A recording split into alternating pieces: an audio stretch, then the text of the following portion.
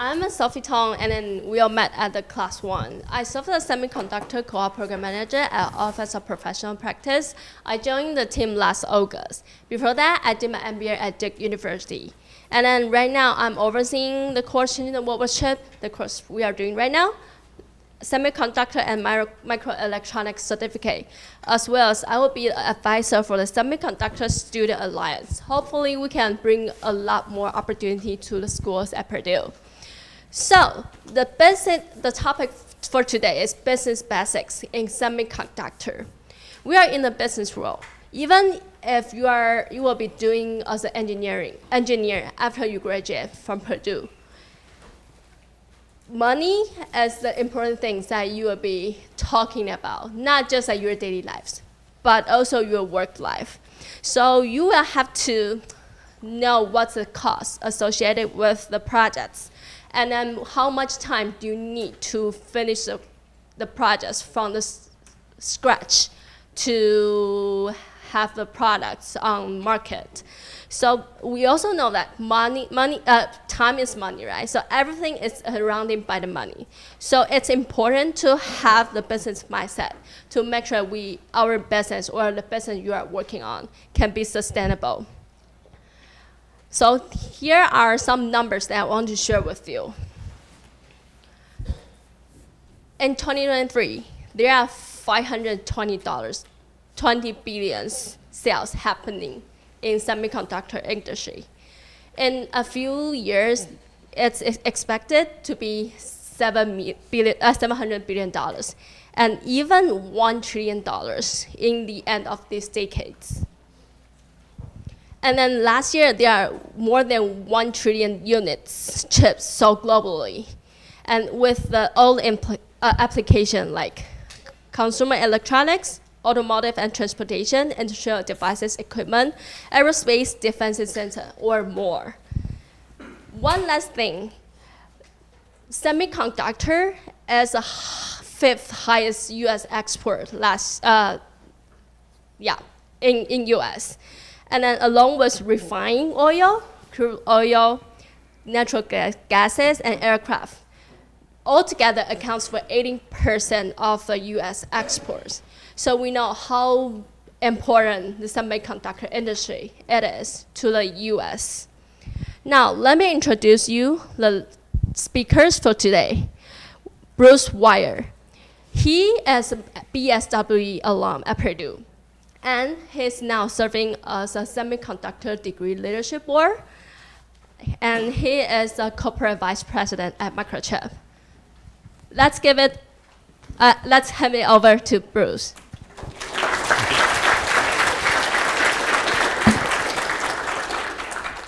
Good afternoon, everybody. Can everybody hear me in the back?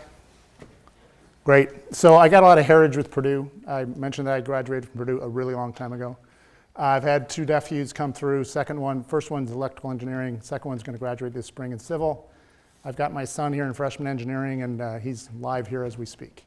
So I want to talk today about, let's see here. There we go. All right. Sophie, what's going on with your button?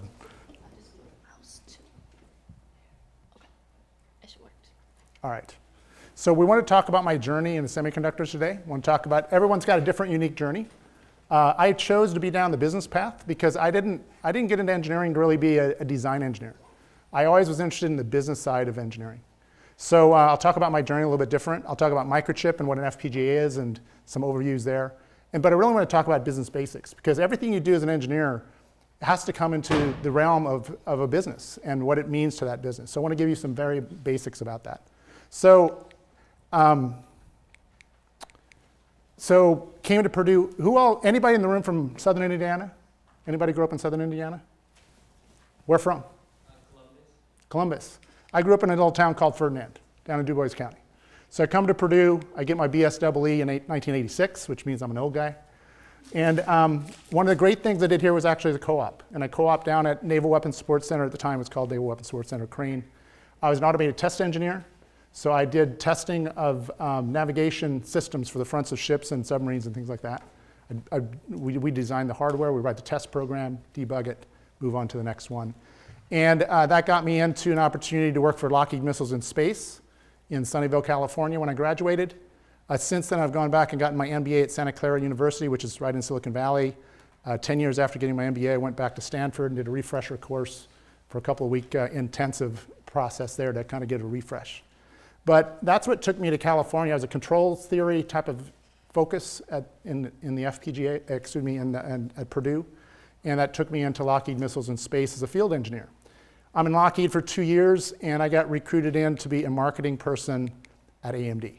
So I did not take a semiconductor track at Purdue. I did take some process engineering work, but your engineering degree is going to be transportable. It's going to be what you do with it and what you want to focus on. And this was great because I wanted to be on the business side of engineering. And in semiconductors, your customer is an engineer. So most people in marketing and in semiconductor business have an engineering background, along with even our salespeople have an engineering background. So I was in at AMD for a couple of years. My senior vice president went and became a CEO of a company called Actel. It was a startup in FPGAs. A year later, they recruited me in to be part of their marketing team. A small company, you get a lot of different hats you wear. And in 8 years, I went from individual contributor roles through 2 levels of management into being a director, a couple positions, and leading all aspects of marketing products at that point in time. I was then recruited into a larger competitor, Xilinx, who's now named AMD. AMD bought Xilinx, and broadened my role to marketing and applications, business operations. And then, so I had about 17 years in FPGAs, a long time. Then I decided I wanted to do something different. I wanted to go into consumer products and semiconductors.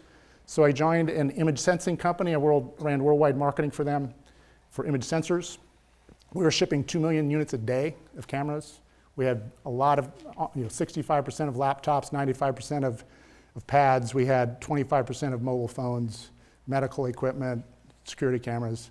It's a lot of fun, interesting area. Then I went back into a startup because I'd been in small companies and big companies for CMOS power amplifiers for mobile phones. We were acquired 18 months later. And then in 2014, a company called Microsemi had acquired Actel, my company from 1990 to 1998, in 2010. And in 2014, they asked me to come in and run the business unit that used to be Actel. So it kind of came full round circle back into FPGAs. So and Microsemi was acquired by Microchip 4 years later. So I've been back in FPGAs for the last 10 years of my career. But so there's different paths that you can take in your career. And it really comes down to what you want to focus on, what you're good at. So that's my career. I'm now at Microchip. Microchip is an $8 billion semiconductor company, headquartered out of Chandler, Arizona, which is a suburb of Phoenix. We've got 22,000 employees. We've got 4 fabs. We've got assembly facilities. We've got 24 business units that do different types of products. And we have one of the broadest footprints in the semiconductor market. So when you buy an NVIDIA board, you're going to have a lot of our products around that NVIDIA chip, because we're going to do a lot of analog devices and different types of products. So if you look at it from a total chip solution, the central part of our business is in microcontrollers. We're top 3 microcontroller manufacturer in the world. FPGAs, microcontrollers are kind of part of the brain trust. But we've got all kinds of technologies in sensing areas. We ship 1 billion security chips a year in some mobile phones you might be using and things like that. We do power management chips, analog. We do over $1.5 billion a year in analog. Then all types of connectivity as well. So we're a very broad footprint company.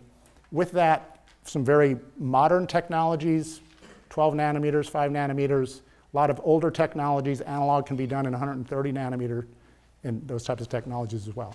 But our job is to make sure you get a total system solution around some of the main processors you might hear from AMD, NVIDIA, and those types of companies.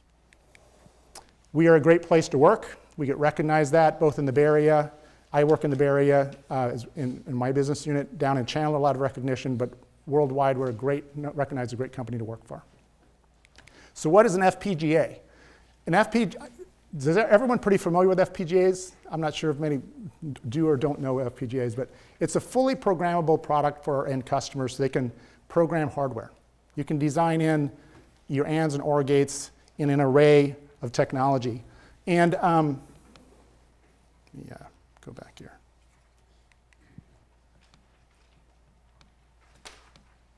Okay, I'll do it with this. Okay.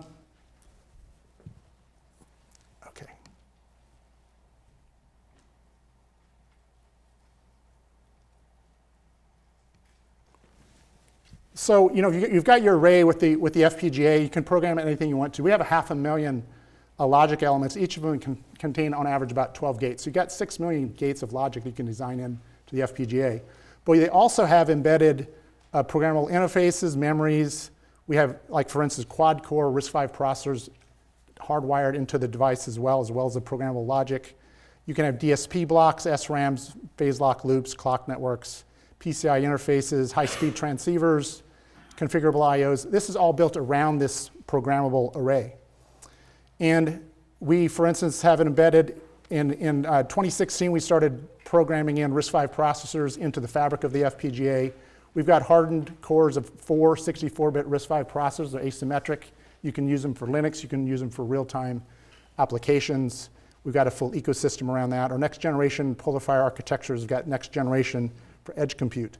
But any product you make for the market's got to be differentiated. Our product in FPGA is differentiated in the fact that we have twice the power efficiency as our competition. We have by far the most high reliability product, and we have military-grade security.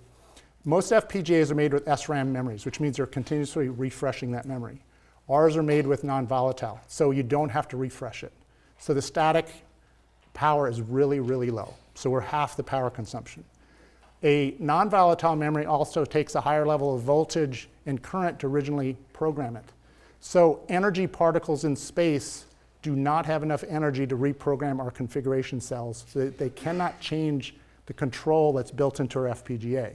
An SRAM cell takes lower energy to reprogram, and those bits can change, and it changes their design. They have to totally refresh. If you're flying $1 billion project in space, you don't want to have to refresh it. So we do a lot of business in space and a lot of business in security. So if you look at it from an application standpoint, we're very good at low power. So thermal cameras, portable medical devices. FPGA fabrics are great for AI/ML because you can build any word size you want for identification and classification of what you're looking for. We usually don't do the training. We usually do the inferencing, live, real-time application. We're great for drones. Think about a drone. We can run the operating system. We can run real-time processors. We can run the rotors up to 100,000 RPM. You can do identification and the classification of objects in the FPGA. We're very low power, so you get good flight time. So those types of applications can be pretty interesting. If you get on an airplane, you probably are sitting on a plane with about 50 to 150 of our devices. We are redundantly controlling the engines of that plane. We're doing a lot of things to control that plane because if a plane's at 30,000 feet with a 30, 40-year lifespan, it's a lot of radiation in that time period. So we're used there. When the first rover went on Mars, it's supposed to last 4 months, last 15 years, we control that rover. We've landed on an asteroid. We've been on the backside of the moon. When the space station starts orbiting the moon, we're going to be in all 10 modules with US, Japanese, European, and Indian modules on that board. Military-grade security. We are the root of trust of bringing up servers, routers. We'll bring up microprocessors. We'll bring up the whole system because we have very good hardware level security. So that's what differentiates my products. And that's really important because that's where the value in the market comes from, and that's how you can price and set expectations of your profitability. Now, I wanted to also talk about types of roles you'll find in the semiconductor industry, because most people would think, well, we're all going to be semiconductor designers. That's not the case.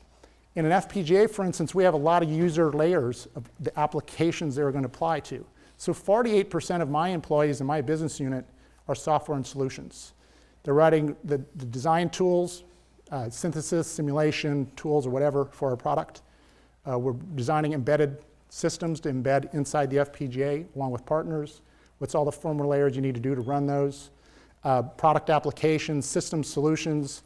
If we're going to be in a medical space, we have to give reference platforms and examples of how they could use our product. Hardware kits, AI/ML experts, high-level synthesis. On the silicon side, then you got 41%. But along with silicon design, you have CAD layout, you have design, a lot of people in design verification. NPI engineering is automated, is the test, characterization, product engineering, debug of issues.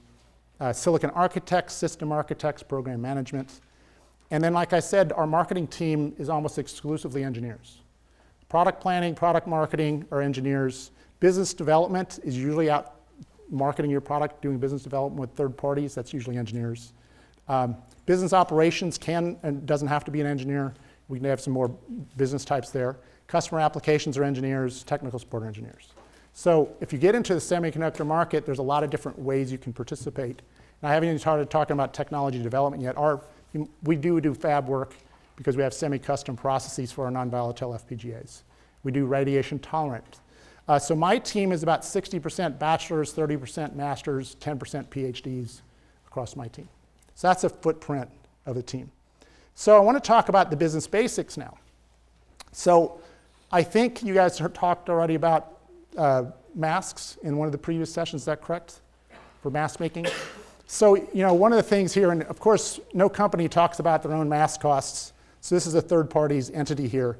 But in the larger sizes of geometries, your mask costs might have only been $150,000. But by the time you get down to 28 nanometers, they're forecasting it to be about 1.5 million.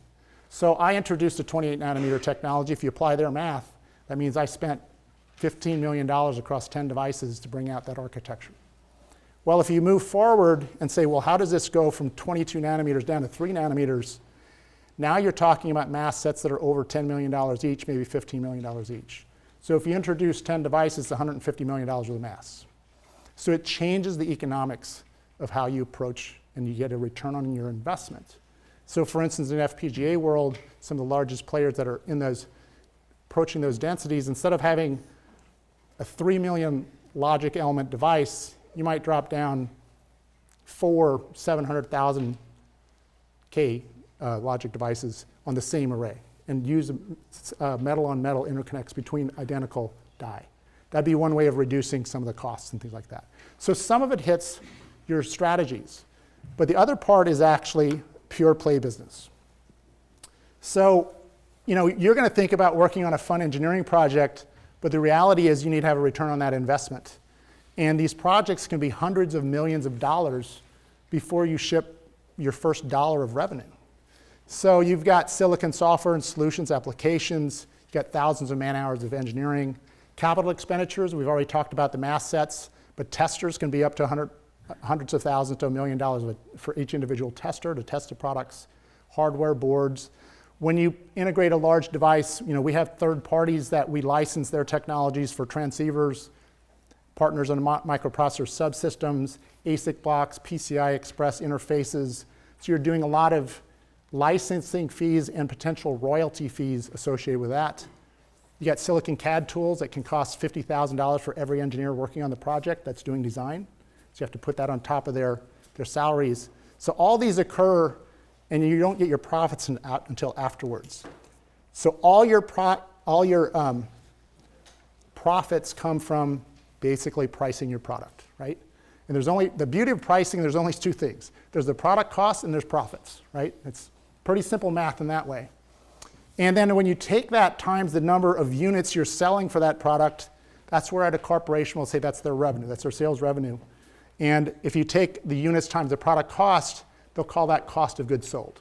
How much does it cost to manufacture the devices you're selling? And then that results in what you call gross margin, the profits you have in dollars. How much profit dollars per device times the total units you sold, that's your gross margin dollars. And so this whole concept of gross margin calculation, assume you've got a manufacturing cost of $1, you price it at $2, that means 50% of your price was cost and 50% of your price was profit, which is gross margin dollars, right? So then the question is you shouldn't just simply say, oh, I'm gonna make 50% margin on all my products. You're supposed to extract all the value you can. So if you've got a really highly valuable product, you might be able to get 80% gross margins or 70% gross margins. If you're getting 80% gross margins, you're actually pricing at 5 times your cost. If you got a high commodity product where you're only getting 20 points of margin, then you're only getting like 1.25 times your cost. But the point is that you have to price it to the value of your product. In commodity spaces, you're not going to have as much money to play with. You're not going to have as much profit. Highly differentiated products, you put something in space, you need to make a lot of margin because it costs you a lot to put something in space. So you have to do value-based pricing. So what's included in cost of goods sold? You usually say, well, there's a die and there's a package, and that's your cost of goods sold. That's just the beginning. There's your wafer cost, your packaging, your substrate, your capacitors. But then there's all your operations manpower. Anybody that's in your fab operations or whomever you might, if you're working with a founder, you might pay them for all this, right? But you pay for it in a wafer cost. Your assembly of that, the test operators, the engineers you have in product and test engineering for production of products, your quality engineers, your yield losses, your capital equipment, your testers, your mask sets, your boards. And those usually you amortize and say, you know, this is going to be a product for 7 or 10 years. We'll take that expense and spread it over 10 years. There's shipping and import costs, overhead, royalties, if you license some technology from someone else. The royalties come into your cost of goods sold. And if you actually have an engineering company where you're doing design services for someone else, then all your engineers working on that project is part of cost of goods sold. Because you want to know if the product itself is profitable. It's really important to understand where your profit and losses are at a company level. And on the right side is just a calculation of how you go from wafer cost to gross die on the wafer and the probe costs and how much sort yield you have to how many net die you have. Then you assemble it and you do manpower and assembly yields, final test costs, final test yields, get a finished good cost, then you have to ship it.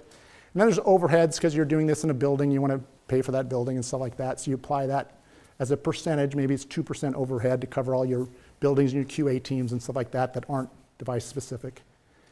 And then you still have to pay royalties potentially on the end customer, to the end customer. To your development partners. And that royalty cost could be a dollar or percentage of your cost. Or if you didn't negotiate quite as well, they might ask for a percentage of your revenue. Now it's not based on your cost, but all the value you have in your product. So that's cost of goods sold. And it's important to know that because when you look at the full financial statement, there's a reason the P&L statement is built the way it is, because you want to know how well you're running your business. And the first line is your revenue. What is your net, and they might call it net sales, but the whole point here is, you know, can I grow my business? Is my revenue increasing over time, and is it consistently increasing or not? Then the second part, of course, is you have your cost of goods sold that we've just talked about. And in this particular instance, it's 40% of your revenue. And here is what you're looking at is, are my costs stable? And are they reducing as a percentage of revenue over time? Right? You want to know that you're continually managing your business in a healthy way. And your gross profit margin is really the lifeblood of your company. This is going to fund everything in your company. Right? So you need to know that you're making good gross margin dollars. And if you look at it from a gross margin percentage standpoint, can I grow my business profitably and in a sustained way? And can we fund our needed expenses? Because we haven't even started talking about research and development yet. All we've done is paid for the product that we built. So the next section is research and development and sales, general, and administrative. And the R&D is important because are you investing for a future technology? Are you going to stay competitive in the future versus your competition? So you want to make sure you're spending enough in R&D. And sales, general, and administrative is really, are you managing the team efficiently, right? And of course, R&D, as a note here, there's research and development engineers. If you're doing test and characterization initially on the product before it's in production, it's in part of R&D. Non-recurring costs, the R&D mask just for technology development, your test vehicles, licensing fees, your chief technology officer. Then SG&A is all your sales, marketing, finance, legal, CEOs, and that type of stuff. So then you get to your final statement. And this comes down into your total expenses are done, so now you know your profits. They're operating profits. And then there's another, and operating profits, of course, is your profits minus your expenses. And this really, the investment community expects you to have a stable growth, and you need to be able to hit your forecasts every quarter of what your profitability is going to be. Then you, after that, look at really unique expenses. If you buy a company, if you do a merger and acquisition, you buy someone, that's a one-time event. So you don't want to put that up in your normal expenses. It's a unique expense, an extraordinary expense. So you keep that below the operating profit because you want to make sure that you're still running their business well during that period. You want them in separate lines. And then you get your net income, and that's really leads to cash. And cash is what pays for everything as well, right? So that's why the financial statement is broken up. So I thought I'd show a couple of scenarios here. So you have two companies. One company did $100 million. They grew to $110 million the next year.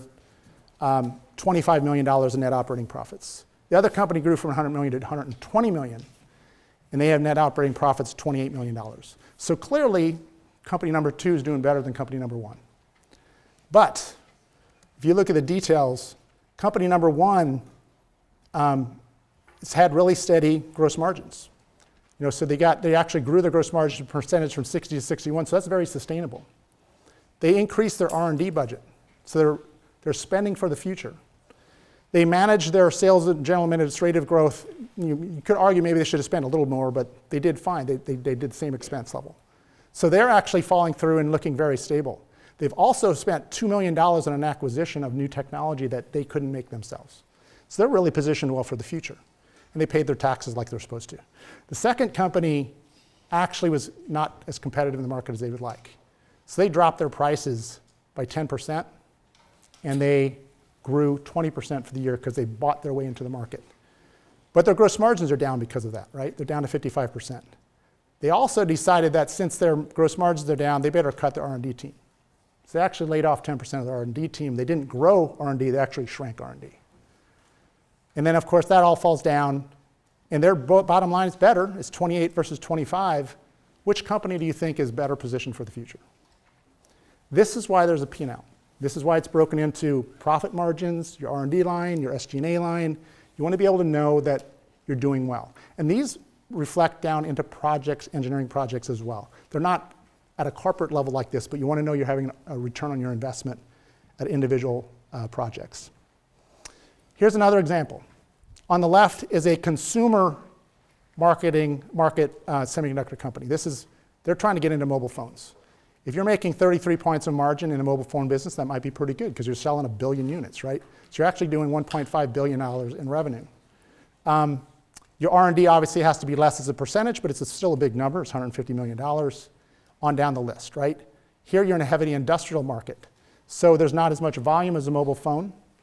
You're $600 million instead of $1.5 billion. Your gross margins now are at 70 points of margin because you're doing more unique aspects to it. You're running your R&D at maybe 18% instead of 10%. Sales and general administrative is a little bit higher because there's a lot of customers to go visit. And that's falling down through the market. They're both great businesses. They're both great businesses. You shouldn't shy away from those two.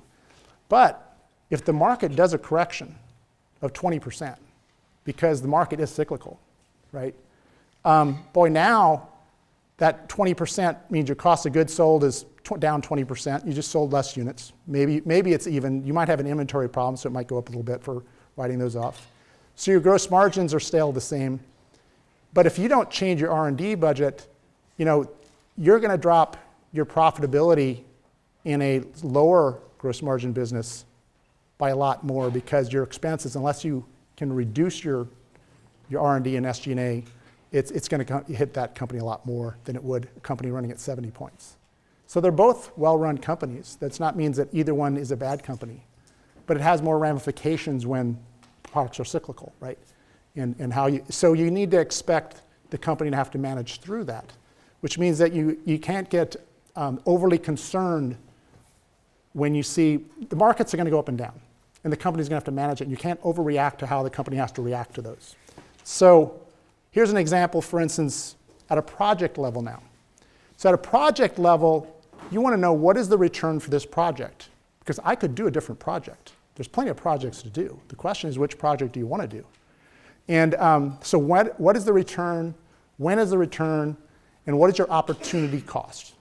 Which typically is, what could I have done with a different project, right, instead of this one? So here is an example that's dear to my heart because I had to make this decision. So I have a baseline family of FPGAs. That baseline family, say, is going to do 10 million units a year. I'm making some of these numbers up because I can't tell you real numbers in my company, right? But say that baseline family is going to do 10 million units a year. It's going to be a good margin. It's going to be a healthy margin. Well, do I follow this with a space derivative? Because I'm going to have to modify that product potentially to put it in space, make it totally rad hard like we want it. Well, then I might be closer to 1,000 units a year, not 10 million units a year. And it's going to take me 2 years of development. I'm going to spend over $50 million to make that product. And it's going to take me 2 years to qualify it. Or do I decide not to do that space derivative and simply move on to the next generation of my baseline family? That's my opportunity cost, right? I could choose to do that rather than a space product. So then the first question is, what must I do with pricing and gross margins to justify this project? Think about it, 1,000 pieces. I've already spent $50 million before I sell the first one. You think that price is going to be pretty high? It's going to be thousands or tens of thousands of dollars per device. Doesn't sound like your typical semiconductor device, right? But it's the only way you can justify doing that project, because you have to recoup your $50 million, and you have to make profit on that, and you have to decide, am I going to do that project or a different project that might be more profitable, right? And this has to do with anything in space, right? Could be your satellites that you're using your mobile phone with. It could be, all that aspect. So if you do sell it at that price, will the market accept it? Or will they simply walk away? Then you shouldn't have done that project either. So you have to do a lot of research about what the market can bear, what your market price should be. Does it make sense? Should I do a different project? Another question could be is, if we build it, does it offer more opportunities elsewhere? Well, I can probably sell that into airplanes as well. What type of packaging and technology would I use for that? What about my baseline family? If I'm running a company based on my gross margin percentages overall, and now I've got a smaller amount of revenue at really high gross margin, because it has to be just to pay for itself as a project, then maybe my baseline family, I can get into other market segments that I didn't think I could afford, because now I can run those markets at a little bit lower margin. You certainly don't want to drop your price overall on that product, but maybe you can do a special flavor for a different specialized market. And you have to think about those types of aspects. In this situation, both have to be true for me to justify that project. Otherwise, we wouldn't be in the space business, right? So when you look at projects, it's important to realize that when you're working on projects, it might be the coolest project in the world to you, and the upper management might say, yeah, we're not going to do that. Or we have to wait, because we're in an up or down cycle in the market economically. We have to manage these things, right? So, and the last thing I wanted to talk about is, the semiconductor market does go through gyrations, right? The line there is, the red line straight across is, break even growth-wise. And the red line is your growth rate on any given month on a 3-month running average. So there are times in this industry, and this industry has gone through tremendous upsides here for the last, since 2017. We've had a very strong couple markets. We just now came down into a down market, and we're just now starting to come back out of it. So it is something that, and you saw AMD announced earlier this week that, they're part of this cycle. We're all part of this cycle. We're all talking about how we've had a down year after really, really strong years. And it doesn't mean that the company's unhealthy. It's just that the semiconductor cycle is going through its normal market cycles. So you do manage, and you're going to be asked to manage projects differently in different parts of this cycle. And it's going to depend on your company's philosophy of how they approach them as well. But I just wanted to give you just a rounding of, you're going to get a lot about the technology. I wanted to give you a framework about how it plays out in the broader business management aspects of running a high technology company. And that's my presentation. Thank you.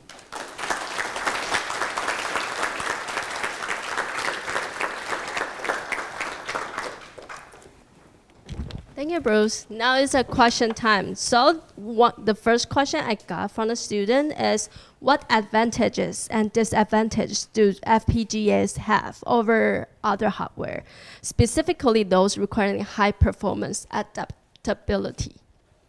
Okay, so I'll try and answer this in 2 different ways. The first thing about FPGAs is making FPGAs is expensive. To make a gate programmable takes about 30 transistors for every programmable transistor, right? So by default, FPGAs, any way you look at it, are expensive. So you could argue that you shouldn't use them broadly. But the problem is that if you do not use an FPGA and you have to custom design your own chip, it's very expensive. So think about the non-recurring costs up front. You know, a modern ASIC can cost you $100 million, $50 million to make, depending on the size of it. It used to be there was only millions of dollars. Now it's tens of millions of dollars to make an ASIC. So what's your volume? How many are you going to sell? What happens if you make a mistake? You have to retape it out again, or some layers of that. So there's a macroeconomic aspect to the flexibility of a more expensive FPGA by unit, but you're not paying an NRE cost to design an ASIC up front. You're simply programming it inside an FPGA. You're still using engineering time, don't get me wrong, but it's much, so there's an macroeconomic trade-off. Performance. The reason that FPGAs have been growing tremendously in the last 5 to 10 years is because they're fabulous for performance. You can make any size word you want to in that fabric as wide as you want. You can have a 1,000-bit wide word going through, and it's really flexible. There's a high connectivity. You know, we've got 40 transceivers on our architectures, so you got a lot of bandwidth you can build in. So when you look at like the communication markets, we talk about what does it take to have a 100 gig pipe? What does it take to have a 400 gig pipe? And these are multiple transceivers in parallel and things like that to build this infrastructure. So an AIML, it's a fabulous fabric to do AIML on because you can customize it for the identification and classification you need.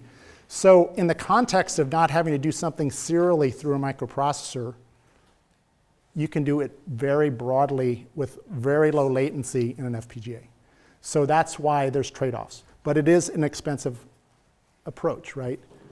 But so of course there are the NVIDIA type applications that are very high-end, and you're going to use that type of application. And you've got different FPGA vendors. AMD is focused very much on trying to get into some of these higher-end market spaces. Our focus is we want to be the lowest power consumption in the market.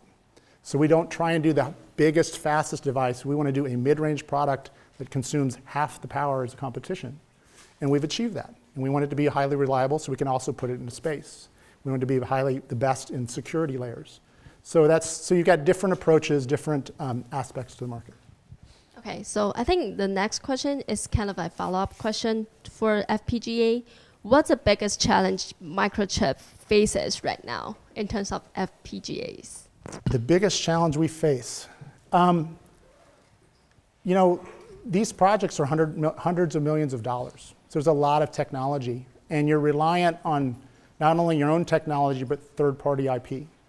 And then you have to have a partnership with them where they validate all that IP, and you have to understand what situation you're using that IP in as well.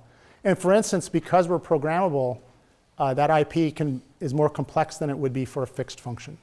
So when we license interface technologies, we have to support 30 different protocols, 30 different types of I/O interfaces, because we want to be able to apply it to all these different market spaces, from automotive to heavy industrial to other applications. And that's a harder piece of IP to design with that third-party vendor, because if they're using it just for one protocol, you can really manage the edges of that handshake very cleanly. And it's just a tougher effort to do 30 different protocols with the same piece of IP. So then we have to validate that, and you have more often that you have to come back and retune it and things like that. But it's really, there's a tremendous amount of technology in these architectures now, so it's a big, big effort.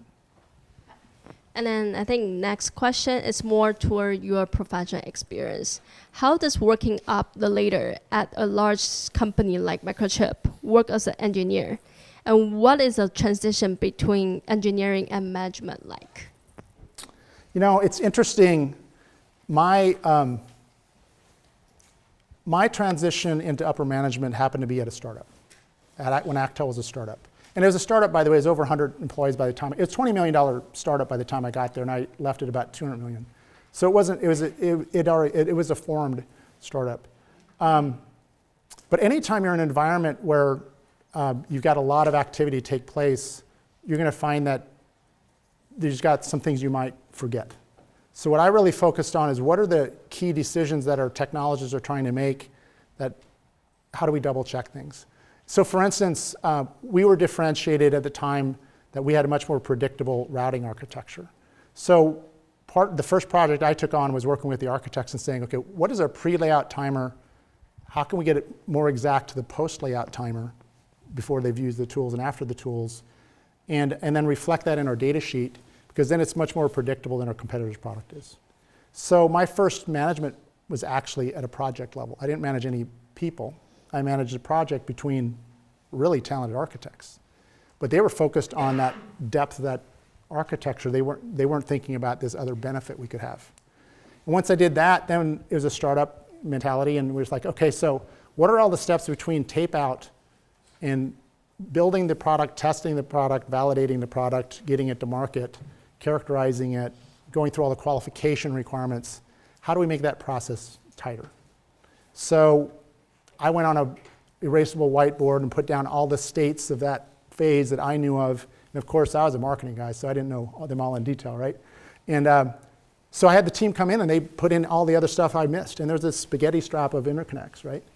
And but then we could say, okay, this one particular state, 7 different groups need that information. So in our process, we're going to put that as a gate. That's going to be a really important gate. We have to hit that schedule, because otherwise 7 different groups have to reschedule their workloads. So we built this phased process in what it was called, it's now called project management, program management, right? And this was back in 1991 and stuff like that. This is early in my career. So I demonstrated that I could manage cross-functional teams at a project level, not as manager of people. But that really brought me skills to actually be better at managing people and things later. So your management path, you can't think about when am I going to manage the organization. You have to think about when am I going to add value that's beyond myself as a person. Right now you're starting to affect others. How do you communicate with other teams in a timely manner? Ask appropriate questions, that you have some empathy in the process. You're not creating chaos in the process as well, right? So you have to demonstrate the fact that you can build a broader organization and make it better, make it more efficient, and that has different types of flavors and approaches. And it's going to be really unique to your own path as you do that. You have to do it in respectful and in a lot of foresight in what you want to do next. Thank you. I think now we have like 5 minutes or so to open up the question to the classroom. Is there anyone who wants to ask any questions?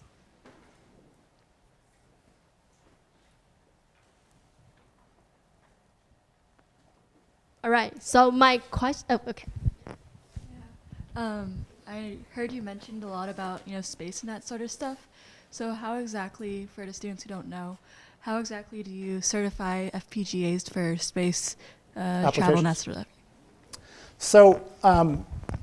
So when you're trying to certify your products for space, there's a lot of radiation tests that take place.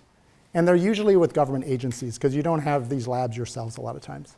So, and there's also, so you have a very structured approach of how you design it, how you design the architecture to make sure it's going to be capable of working in that environment. And then you also have a strict protocol of how you test the product. And independent of yourself, there's also going to be government agencies that are testing it, as well as private agencies that want to know that it's got a positive outcome. But most of it's got to do with radiation immunity and capabilities. Other questions?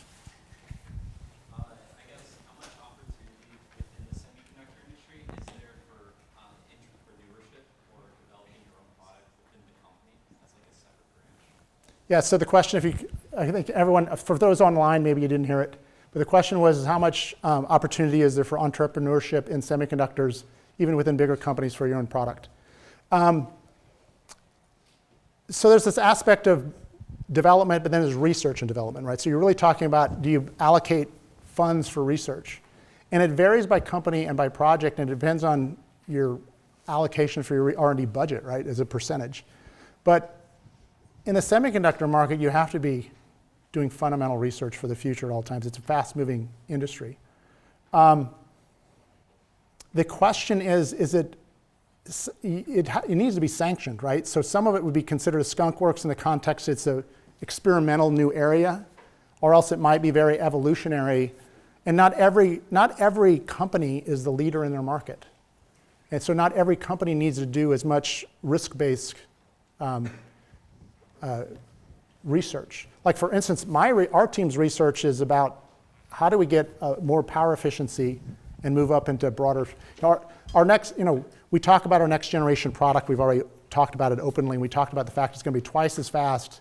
It's going to have twice the power efficiency. So you could either choose to be twice as fast with the same power consumption as today, or you could decide that your performance is fine today and you can cut your power consumption potentially in half, right? So that research and development is very different than the market leader that's trying to be the biggest, fastest in the market. So it scopes that research effort in a different way as well, and it could be more or less affordable in that context. So every company, based on their differentiation path, has to determine what does research mean to them. But there's also could be is that, hey, we're already differentiated here, but there's a whole different way to do this AI/ML engine that would change the universe for FPGAs. Do you go do that? Or is there do we need to become more user-friendly in the software environment? We want to do some different type of investment in software. Could be that the product's great, and if we apply a different solution layer for, like we used to not focus as much on medical devices, but we're doing tremendously well in some of those markets now. So we're doing more fundamental demonstration of that so that other people can replicate that concept that we have. We put out a reference platform so 20 different customers consider that as reference starting point. So investment looks in different ways to different companies. And then of course there's the entire environment of startups where a company is totally funded by a venture capitalist and they're off doing something totally unique and different, right? And it's riskier in many ways too, right? That's a good question.